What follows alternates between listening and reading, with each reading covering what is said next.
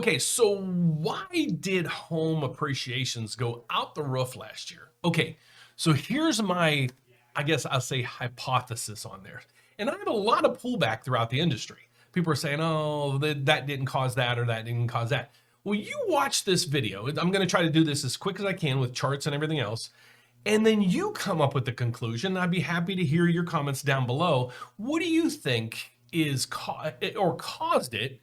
And do you think we're back to normal or going to be back to normal like I'm thinking? So watch this and let me know your thoughts.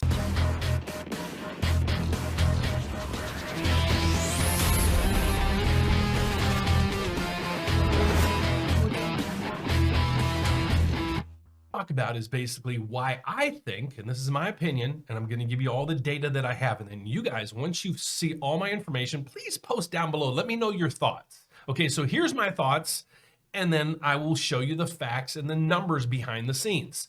Okay, so I said it's supply demand. Every product, how prices are created is supply demand, trying to get an equilibrium. Okay, here's a good analogy I'll say.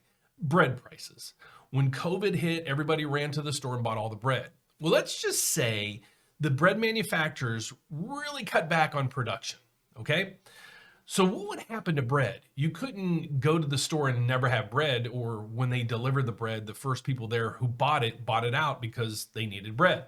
What grocery stores do is they adjust the rate or the payments or the cost of the bread to the point where there's an equilibrium. They have enough to sell, and they try to get the highest price to appease the public. Okay, hopefully that makes sense.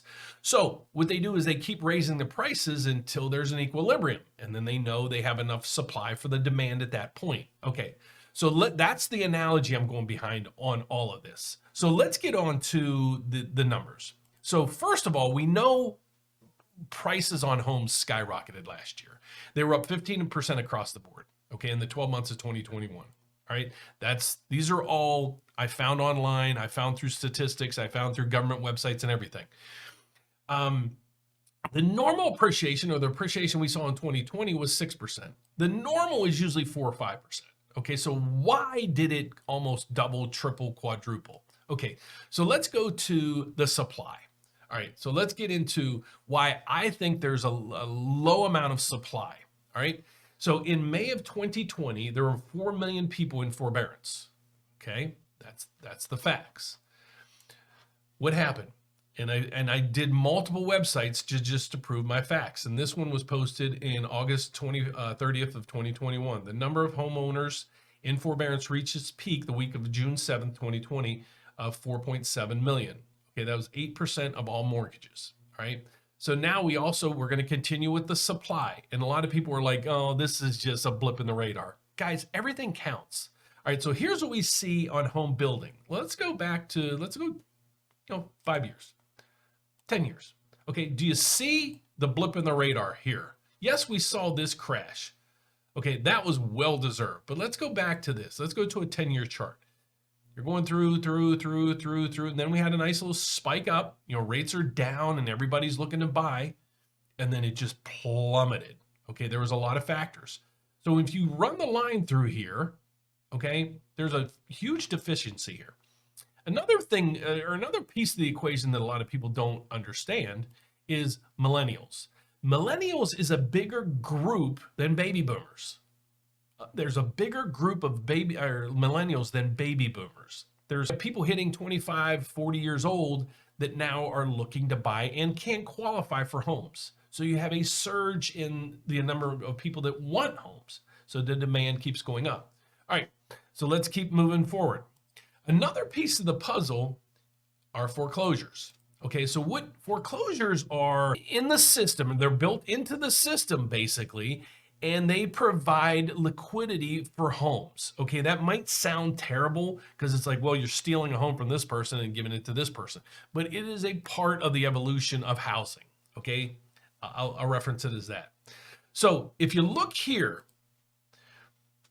foreclosures, they fell to as low as 3,000 to 4,000 in the year of the pandemic when forbearance programs were in force. Okay. So what's the normal, or what's the average foreclosures in the country? There it is. Okay, so we saw back in here, we didn't need to build homes back here because people were losing their homes. I'm not glorifying that. I'm just giving you the facts. So you have all these houses that are getting foreclosed on that needed eaten up, and people that you would swipe in and spend 50 cents on the dollar to try to get these. Well, let's see how it progressed throughout the years. It went down and down, and I contribute a lot of this to good underwriting standards too. Down, down. Can you see over here? It just fell off. Basically almost went down to zero. That's unheard of. Okay? So this coupled with this is creating a shortage in housing. All right? So now let's go to the demand. All right? So the first thing we have in here for demand is this is the United States disposable personal income. So here's the norm. You're going through. Then we'll look over here. As these years progress, you see 2020. How did we get more disposable income when we had an unemployment rate that was basically double digits? Well, then we progressed through in 2021. We even have more disposable income. Well, how can that happen when nobody's working, the pandemic's going on, and everything that possibly can be bad is taking place? So we have more money. These are government charts, okay? So now we go to consumer spending. All right, this is the normal progression on how consumers spend. And then, yes, we fell off the roof right here. But then in 2021, we exceeded where we were in 2020, 2019, 18, 17, 16. How? Okay, how? All right, now let's get on to applications. Here's applications. This continues with the demand. People want mortgages. I won't say mortgages, they want homes. Okay, so let me round up this in my context that I talk to even on other people's shows and then they look at me like I'm crazy. We don't have the supply. One, we know we have supply chain issues, a given. Two, people weren't building. Okay, contractors weren't building because they got burnt in the previous years. Plus, they didn't have the labor forces to do so back in 2020 when COVID hit. So we had a down track in building. We know that, okay? But people are still buying like crazy. House goes on the market and you got 50 bids. How? Well, we just showed here, even though the pandemic was going on, people had more income, more disposable income, and they were spending that income. That also routes in my analogy of why I think a big portion of inflation is transitory. It goes back to my charts, and I'll click those on while I'm in the background. This, again, let me recap it one more time. This is disposable income. It is basically, I'll go back 25 years. It's never been that high. How? Especially when we're in a pandemic, when everything was shut down. So this routes back to this, my conclusion, and what I've been saying for the last year or two. Home prices are going to go up. Why? There's no supply. There's no foreclosures. People aren't selling because they're in forbearance. I proved it. But people have the money. That's why inflation is so high. They weren't spending it on housing because they were in forbearance, okay? And they also had student loan payments that they didn't have to pay. I capitalized on that, or my children did. So we had more disposable income, not as many homes for sale as I proved. What's going to happen? What happened to that bread when the suppliers or the manufacturers started making less bread? The prices have to go up till there's an equilibrium. So what my thoughts are for 2022, people are going to get back to work. Now there's still a disconnect on why people aren't going back to work. Eventually people are going to have to go back to work. Okay, it is what it is. You're going to either create your own job, you're going to go back to work, be forced into that job you didn't want, but try your best, educate yourself, do what you can to get out there in the workforce to get that going. Plus, forbearances are over. So now people are going to have to start making mortgage payments. Student loan deferrals just got pushed a little bit further, but as soon as those kick in, you're going to start having to make your mortgage payment and your student loan payments. Okay, that's going to suck a lot of the money supply out of the system because you're now going to have to use those for your bills, the two major bills you're going to have in your life. So you're going to start seeing disposable income start to come down. Okay, once the forbearances are over and the foreclosure moratoriums cease, you're going to start having more and more houses come on the market that are already constructed. And then home builders are building out as fast as they possibly can based on the supply chain issues and labor issues, but they're doing their best they can.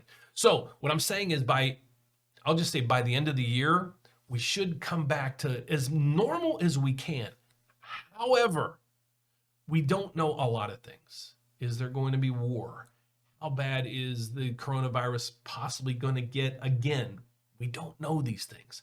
So based on if the world remains as normal as it possibly can be, I'm laying out my reasons why we're not going to see a crash.